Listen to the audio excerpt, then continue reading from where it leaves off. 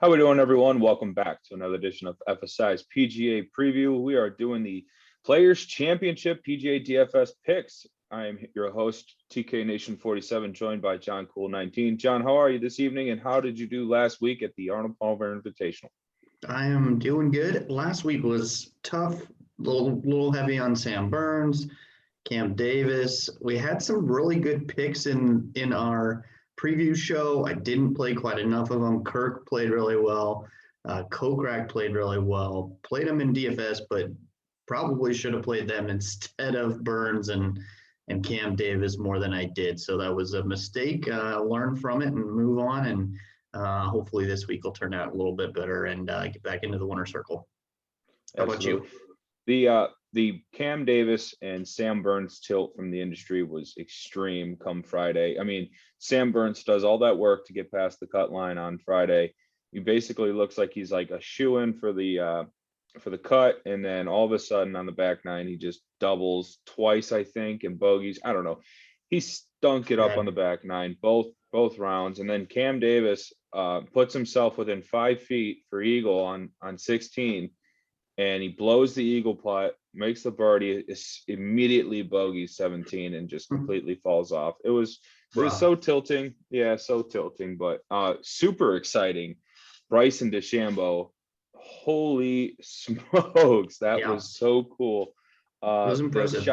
The shots on 6 were must-see TV. Jordan Spieth in this renaissance year, this is really cool to see him come back. The ace on Saturday. If you were following along with the weekend and showdown videos, you got some pretty good picks on the weekend slate. I tripled up on that slate. Really good stuff there. But yeah, fun stuff at the Arnold Palmer Invitational. And now we move to a place, TPC Sawgrass, similar course style, water everywhere, Pete Dye course. John's preview was, amazing as always. If you haven't had a chance to look at that, please look at that. That breaks down the course. Gives you some insight on the type of golfer that we want on a broader perspective, other than our favorites and values that we're about to get into here. Millie Maker on DraftKings. How many lineups you doing, if any? I will definitely be in the Millie Maker. I don't know how much I'll put in there. The prizes just suck. If you don't make $1 million, you could finish.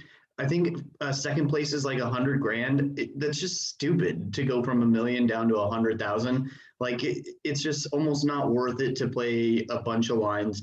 I'm going to load up in some other contests where 10th place is something like 10% of first prize, not 4% of first prize or whatever silliness they have. But it'll be fun. I'll be in it. I'll have a bullet in there at least. Go from there. The best thing about the Millie Maker is it brings more people to our sport. And for that, we're thankful. But as far as trying to become profitable or a millionaire, it is extremely hard and probably not best suited for our DFS styles. The 20 max guys here at FSI. Yeah. But enough about last week, enough about what's ahead for DraftKings. Let's get into what we're going to do in our lineups. Favorites, I'm going COLLIN MORIKAWA, recent winner at the WGC Workday at the concessions. He is the elite ball striker on tour, the man behind the best iron shot, third on the approach, third tee to green, third ball striking, 9th greens gained. And I was really looking at fairways gained and greens gained as like a way of trying to figure out who are the more accurate players on tour and who could really avoid those water traps and hazards and things like that. And COLLIN MORIKAWA shines in both. He does have a problem with the putter, but he gained 3.2 at Sony, which was Bermuda grass, and he gained over 4 at the WGC, which was Bermuda as well. So looks like the new putting grip is working really well on Bermuda, and I'm going to be all in on COLLIN MORIKAWA. How about you? Who's your favorite this week? Yeah. For me, it's Xander. I will play a bunch of COLLIN MORIKAWA. I love the price too at 9.4. For me, if you just look in, the stat model really drew me in a lot this week, but Xander Schauffele, 10,300 on DraftKings. I do like the outright bet here, 21, probably even a better, just like top 5. This dude is a runner-up king. He's just been killing it there. He is inside, in my stat model, he's inside the top 30 in every single factor I put in. So Pete Dye, course history here, par 5s, par fours of 450 to 500, putting on Bermuda, ball striking, green, every single column, he's in the top 30. It's absolutely insane. No one else is close to that. Everyone has a weakness. He doesn't on my stat model, so I love it. He has not missed a cut since January of 2020. So the consistency is fantastic there. His last 10 events, he has 4 runner-ups and then 2 more tournaments he finished 5th. That's just crazy. So I'm going to pay for a lot of Xander Schauffele on DraftKings this week. He's also number 3 in par 5 scoring, 5th in birdie or better. There's a lot to like. He's 5th in sand saves. So the guy, even when he misses, he's right back there putting short putts for birdies and pars. I love Xander a lot this week. I would probably make him my one and done if I still had him available, but I will take the result he gave me earlier this year, move on and take someone else. Absolutely. Xander, you know, you were alluding to the sand saves. I mean, what's more about Florida golf than water and sand? It's everywhere. Yeah. And guys that are going to be avoiding the hazards and avoiding the big numbers are the guys we want this week. Real finicky golf course this week. And those guys really profile really well. Moving on to some value picks. I'm going to go with Russell Henley at 7,400, kind of a longer shot in the betting market, but a really good play on DraftKings. He's an excellent guy. He's excellent on the approach. Came in 2nd in the model, 5th on tee to green, 7th ball striking. You're going to see a lot of similar profiles on golfers for me this week, and it's going to be all the guys that can really strike the ball really well. Kind of going to forgo the putting stat this week, is everyone's going to have a tough time putting. These are really complex greens. These are fast greens. So I want the guys that are going to be in the fairway, on the greens in regulation. And these two guys profile really well. Russell Henley, 11th in fairways gained, 13th in greens gained. He does have back-to-back missed cuts, but he had a 35th place in 2017, 24th in 2015. And 17th in 2014. So he does have made cuts here. He does have some upside for his price tag. He's not the best putter in general, but you know, Bermuda is his best preferred surface, and he hasn't lost strokes on the approach since the RBC Heritage in 2020. So I really love that kind of consistency from Henley. Corey Connors, as we saw last week, if you were watching, 3rd last week at the Arnold Palmer Invitational. Another immaculate ball striker, 7th in greens gained, 5th in fairways gained, and he's actually 22nd in birdies or better, which is another stat that I pulled from the preview show and everything. Great ball striker, as mentioned, and he was 41st in this event in 2019. His worst putting surface is POA, so he does check out on Bermuda as well.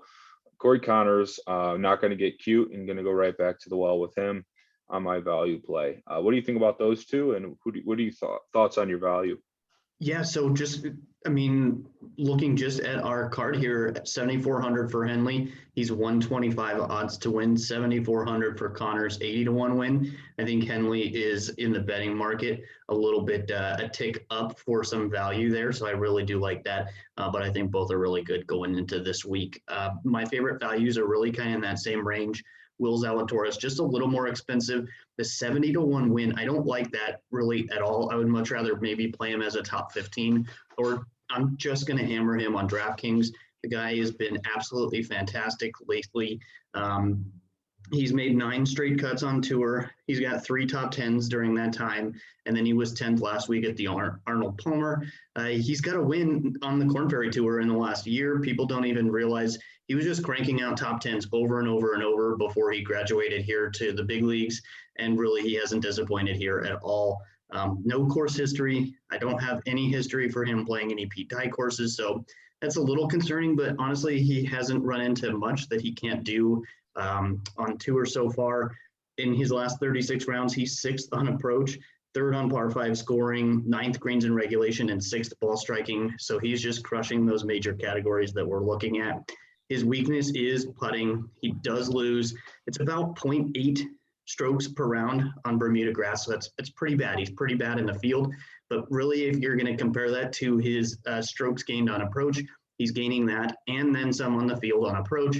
So yeah, he's going to give up a bit on the greens, but he's gaining it all back.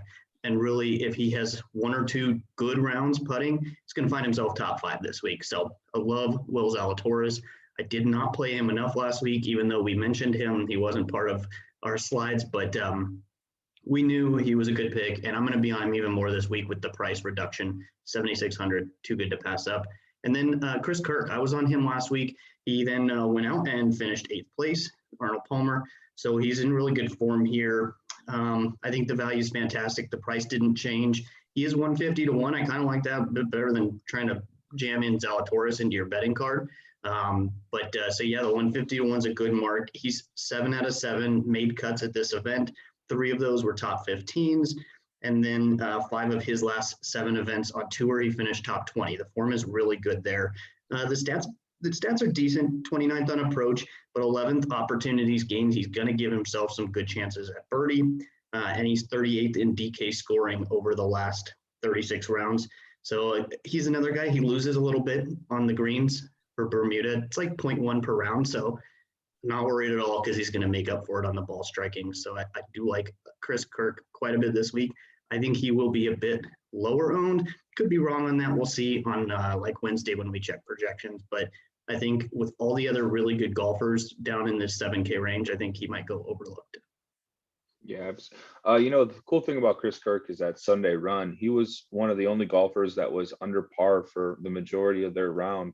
But like everyone else, they kind of lost strokes on 18, and I think that's where it kind of bit them. But made a great charge on the back 9. I love Kirk. We were playing him since Sony.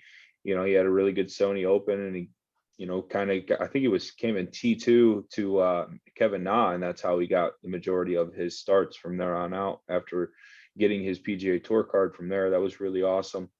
But yeah, big fan favorite of Zalatoris as well. I mean, that's just stupid for a price tag on Will Zalatoris and the consistency that he shows. Even in Showdown, I play him all the time. But we can get into some sleepers. I'm going to go with Henrik Norlander at 6,700, 200 to 1. Just amazing. Ball striker, tee to green game is elite, 11th on the approach, 16th ball striking, 10th in fairways, and 6th on the greens. I mean, with those kind of numbers, you wouldn't want to think that he would be back here in the 6K range, but he lost 8.6 strokes putting last week. It was abysmal. But, he does have really good finishes on Bermuda greens. 26th at the AT&T, 22nd at Waste Management. Those are Bermuda. 2nd at the Farmers, and 12th at the Amex.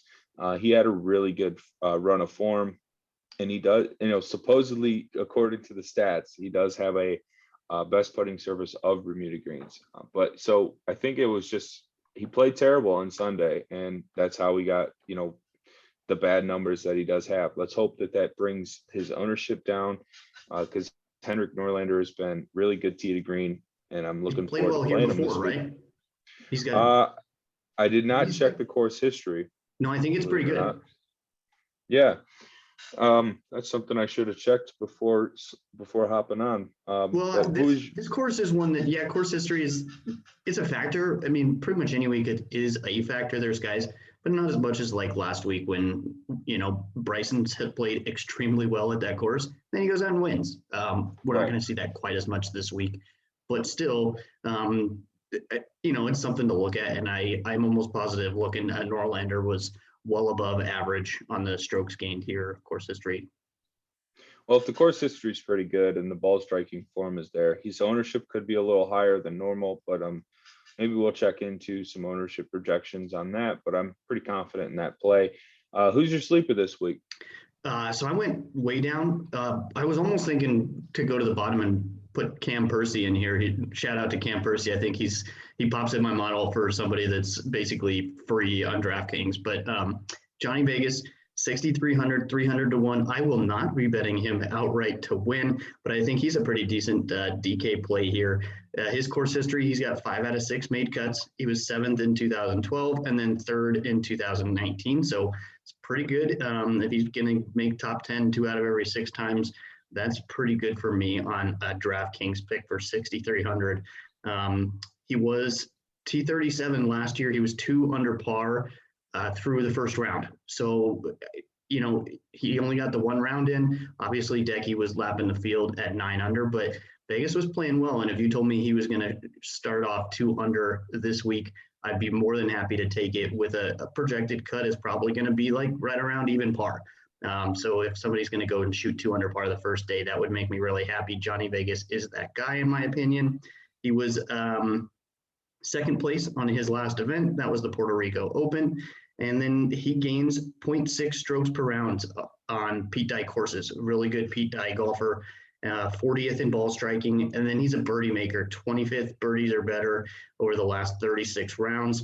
My stat model puts him at 60th, which isn't super high, but he's ranked 112th in the pricing. So give me that all day. That's just value if you ask me. DraftKings, I think, a really good sleeper pick. And there's nobody that's going to be 6,300 that's going to garner more than 3 or 4% ownership. So he's going to differentiate your lines and give you the opportunity to take 2 studs if you want. Couldn't agree more. Johnny Vegas, really solid play at 6,300. I remember playing a lot of them in the 9K range at the Puerto Rico Open. Love the play. I'm gonna be hopping aboard with you. Yeah, and I'm gonna be hopping aboard with you on that play. That's real solid stuff. Let's jump into our one and dones. I have a lot of work to do here. I need a winner bad, and I'm gonna go with the defending champion, COLLIN MORIKAWA, or not the defending champion. The PGA champion, COLLIN MORIKAWA, as I am sitting in 2,209th place. John is still repping FSI inside the top 1,000, borderline making the money. He's going all out. Who you picking? And you feeling confident? I do. I like Rory a lot this week. Obviously, this is one of the top 5 or 6, I think, in the money events for the year. So I'm okay with using one of your top end studs. I don't think there's any problem with playing Rory, playing JT, DJ, any of those guys. This is a big money event. I'm more than happy to burn one of my biggest stars on it. Rory's had a good history here. He's won this event. I will take Rory. Last week, I was on Matthew Fitzpatrick, and on Wednesday night, something happened, and I got cold feet, and I dumped him. And I ended up playing Sam Burns instead. I thought I was getting sneaky. I thought I was, smarter than I really was, and I was wrong. Sam Burns dropped me a few hundred places in the standings. If I had taken Fitzpatrick, I probably would have cracked into the top 500. I was just outside it last week, but I think Rory finishes top 5 this week, and I think it could be enough to crack me back into the top 500. So we'll see. I need a big week, Rory. Yeah, I think we learned our lesson in the last 2 weeks. The week before last week, I took Justin Rose. I tried to get too cute in the WGC. I thought, okay, maybe he can backdoor top 15. I can get decent money without burning a good player, early on. And he completely sunk my one and done strategy. And then last week you did the swap and it didn't work out in your favor. So I think we can't get too cute and we can't swap on Wednesdays. No, I swapped twice too. I swapped from Fitzpatrick to Molinari, and Molinari would have been a bust anyways, but then I swapped a second time to Burns and it didn't matter. He was just as bad as Molinari. So I have some room to make up for that mistake, but feel good about Rory. Well, consider our lesson learned. Looking forward to a good Players Championship. It's just going to be a lot of fun. Florida golf has been really exciting, and golf is in a great space right now. If you want to find our core plays, our model projections, our player pool, our showdown cores, all you name it, tiers, all of it. We do a lot of stuff here at FSI. Tune into a Euro video later coming out this week. You can find all of our information, all of our stuff on fsidfs.com. You can find John on Twitter at JohnCool19, myself, TKNation47, and follow our Twitter handle at FSI_DFS, and subscribe and, hit that bell button, get that notifications when, showdown videos are posted and our weekend stuff's posted. If you get notifications, you get the first opportunity to get in and join us on comment, please help out, the show and everything. John, thank you so much. Any last things to add for the Players Championship? I don't know. It's a big one, so I'm excited for it. Let's get it. Me too, man. 5th major is underway, everyone, and looking forward to it. And we'll talk to you later. All right. Peace.